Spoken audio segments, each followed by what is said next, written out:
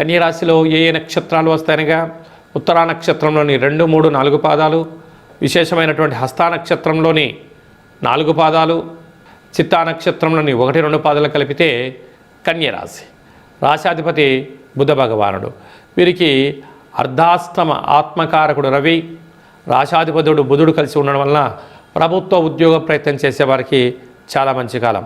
బుధాదిత్య రాజయోగం ఉంది కనుక అక్కడే రుణరోగ శత్రుకారకుడు కుజుడు, కుజదోషము, అక్కడే శుక్రుడు సంచార స్థితి ఉన్నప్పుడు యంత్రాలతో, ఆయుధాలతో, అగ్ని ప్రమాదాలు, జలగండాలు, యంత్రాలతో, ఆయుధాలతో ఇబ్బందులు పొంచి ఉన్నాయి.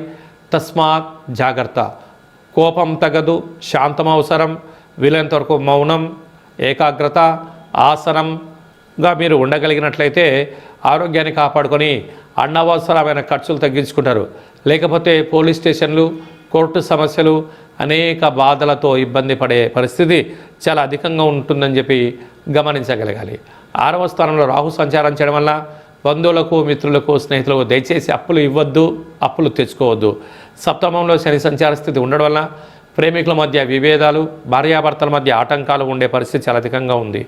రాజ్యస్థానంలో గురు సంచార స్థితి ఉండడం వల్ల వృత్తులలో, ఉద్యోగాల్లో, వ్యాపారంలో పెనుమార్పు సంభవించబోతుంది. ప్రమోషన్స్, గృహమార్పు, అలాగనే ఒక ప్రాంతం నుంచి ఒక ప్రాంతానికి ట్రాన్స్ఫర్ అయ్యే పరిస్థితి అధికంగా ఉంటుంది. వ్యయంలో కేతు సంచార స్థితి ఉండడం వలన భవిష్యత్తు వర్తమానాన్ని ఎప్పుడు కూడా దృష్టిలో పెట్టుకొని మీరు ప్రయాణం చేయగలిగితే చాలా సువర్ణపు యుగంగా ఉండగలగాలి.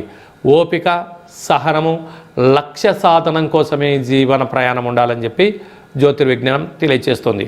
అదే కాకుండా ఈ పచ్చళ్ళు, ఆహార ఉత్పత్తులు, ఆహార సప్లై చేసేటువంటి వారందరూ, మార్కెటింగ్ రంగంలో ఉండబడిన వారు, సెల్ఫ్ ఎంప్లాయ్మెంటు, రాజకీయ వేత్తలకు, ప్రజలకు మధ్యలుగా ఉండబడిన వారు, రియల్ ఎస్టేట్ వ్యాపారస్తులకు చాలా జాగ్రత్తగా ఉండాలని చెప్పి జ్యోతిర్విజ్ఞానం తెలియజేస్తుంది.